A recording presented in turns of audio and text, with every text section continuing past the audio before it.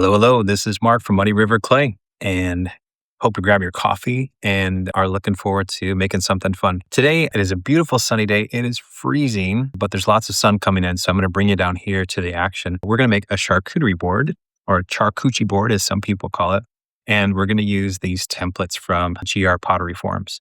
So I've rolled out a slab of clay.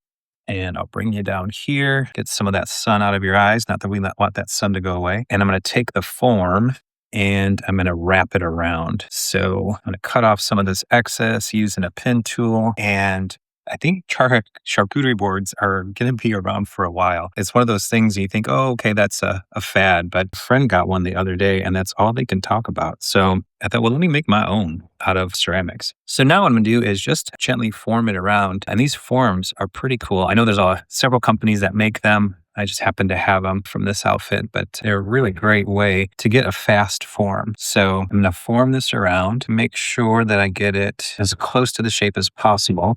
And then what I'm going to do is use a pen tool again and cut off the excess. So I'm using the board as a guide. Sorry, there's that sun again. I'm filming this in the middle of winter and it's the coldest day we've had so far in Oregon, but whew, that sun is coming through and it's beautiful. All right. So now that I have the initial cut, I want to clean the edges up as much as possible. That's one thing with these forms that I'm still figuring out is how do I want that edge to look?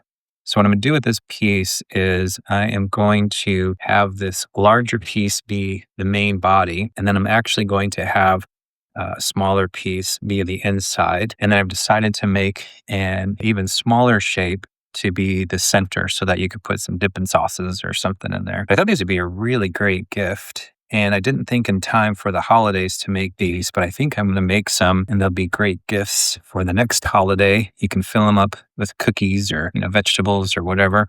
And I think folks really, really appreciate them. All right. So now it's on there pretty good. And if you haven't used these before, you kind of let them sit and they will start to shrink, but they'll also come off just like it did there pretty easily.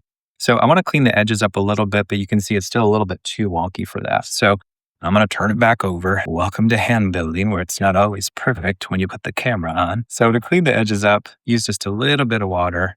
And then I'll plan on letting this set up a little bit. And then once it does, I can come back at the edge and clean it up a little bit more. But I don't want to lose this shape. Now, if you wanted to put feet on, this would be a good point to do that. You could put a couple of feet on there. For this example, I'm going to go ahead and just leave the feet off. All right. So while it's upside down, I am going to do a little bit of a decoration. So I've got this tool that I'm going to run around. And what I love about hand building over forms is it hangs on to that shape. So you could use a couple of tools to make a really nice design. So I like this one as well. So I'll grab this tool, has a nice design, and I'll go over that. And it's going to do a couple of things. It's going to have the piece really make sure it adheres to that form. And then it's going to have a nice scallopy kind of edge once that's done. All right. Okay. So I'll set that aside, let that dry up for an hour or so, and then we'll come back and work on that piece. All right, let's do that again. Now I have a smaller shape. And again, if you're just joining us, these are from GR Pottery Forms. And I'm going to do the same kind of thing. So I've got a slab already rolled out. I'm going to go ahead and bring that slab over. I want to put this up on something so that I can get a nice clean edge. Actually, it was this, another form. I like my forms. Got the decorative side on the outside, and I'm just going to cut off some of the excess and set that aside. And now on the piece, that larger oval one didn't want to cooperate. And that's okay. All right, so I can see as I'm doing this, I could do a little more cleanup with the edge. So I'm going to do that, use my pen tool, get some of that excess off. And again, once this starts to harden up just a little bit, I'll be able to play with this edge a little bit more. But for now, let's get it as close to the shape as possible. And then I'll do the same thing where I will have it up on something. And I use it's a wooden tool, has a really nice shape. Could do just that. But since I want it to match the other piece, I'm going to bring in this tool, come around, and this will get it as close to the shape as possible. I have another one done. I'll show you. So watch your eyes with the sun. So here's an example of one that I've already done. And you can see the edge is just a little bit better, but that's what that looks like. All right. I'm going to do one more thing. So I'm going to set this aside.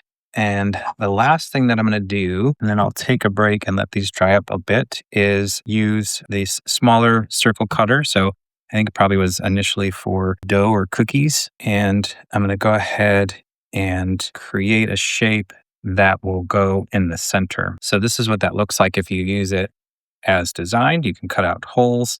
But what I'm going to do is actually go ahead and cut out a circle that's about this size.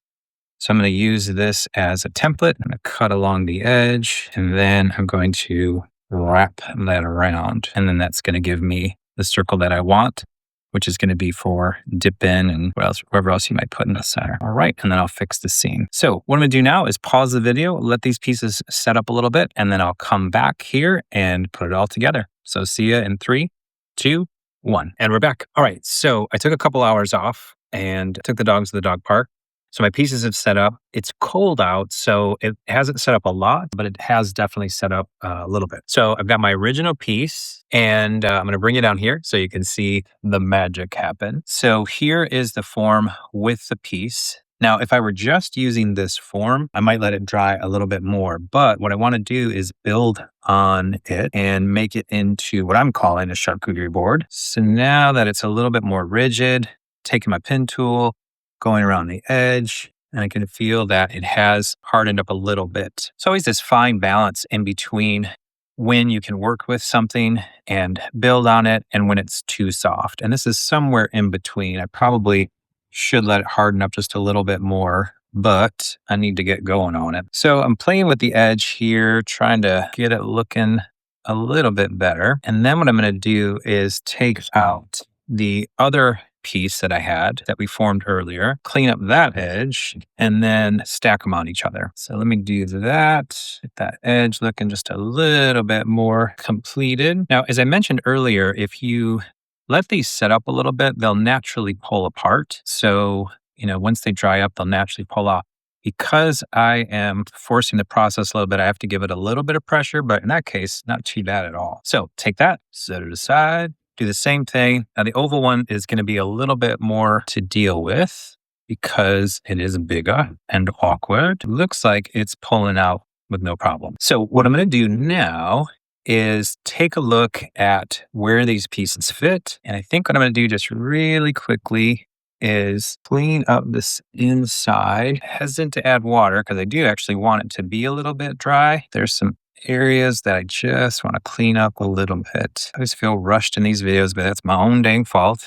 Normally I would spend so much more time cleaning these up. All right, now we are getting there. So the reason I picked these two sizes is they really do complement each other. So if you picture a charcuterie board, this one actually fits inside. So I shouldn't have to do a lot of changes to it.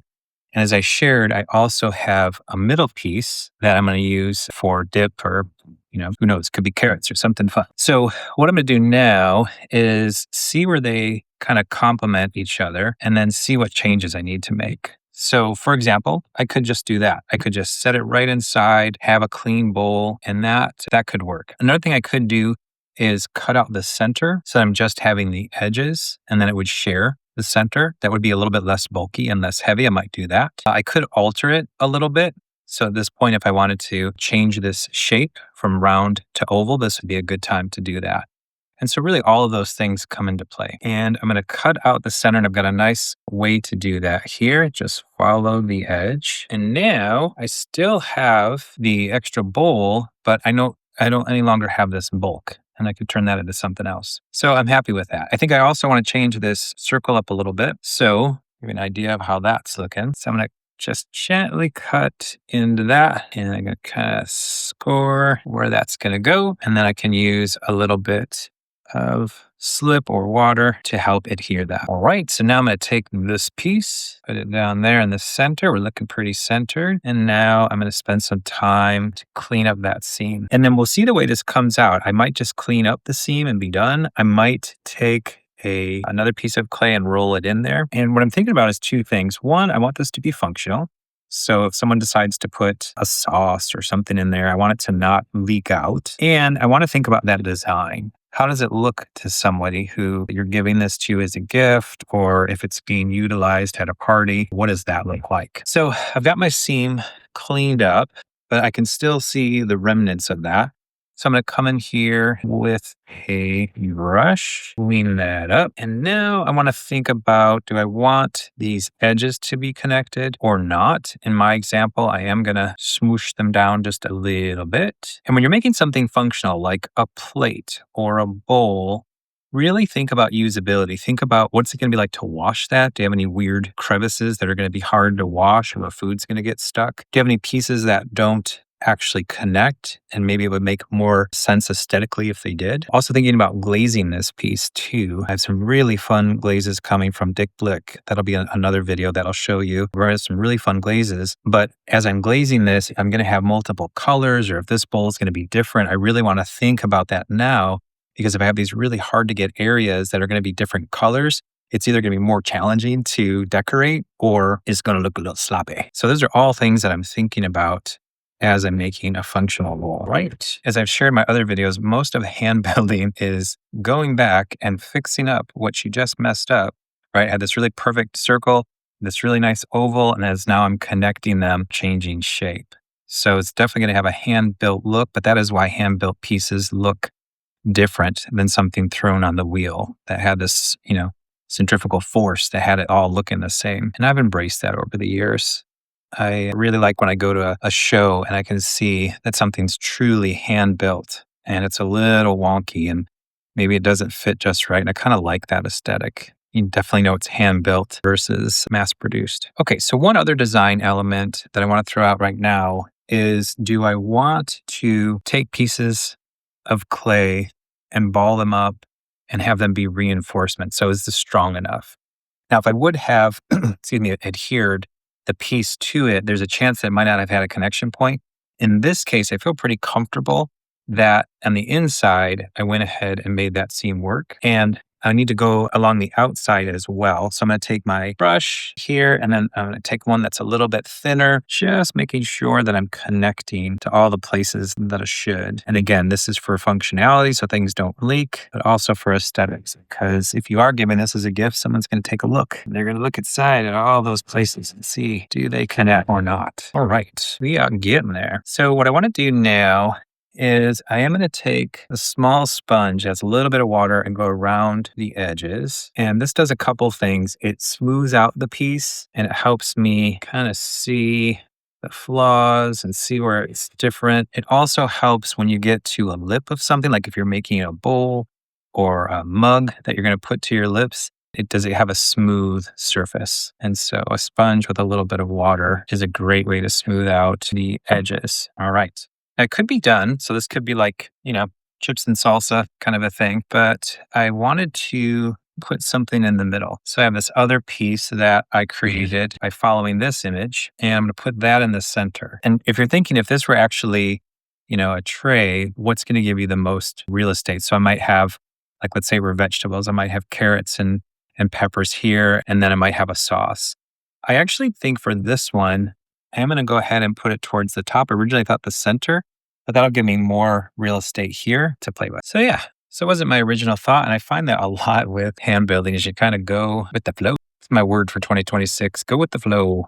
Because guess what? We cannot control all that goes on in this world. All right, so now same thing. I'm going to go ahead and clean up my seams, make sure that they are attached the way that they should be. And if you're thinking about a gift, if you're using these types of forms, this one comes together rather quickly. So I'm kind of kicking myself for not thinking about this before the holidays. This could have been a really cool gift to give to some friends. Fill it with your favorite food and say, hey, keep the bowl. That's for you. All right. So now we're just at the cleanup stage. So kind of wind down, let you go about your day. Again, all this was taking some slabs of clay, putting them over forms, deciding if you wanted to keep going. So if you think about this, we could have done 2 of these and put them together. I mean, you really could have some endless possibilities.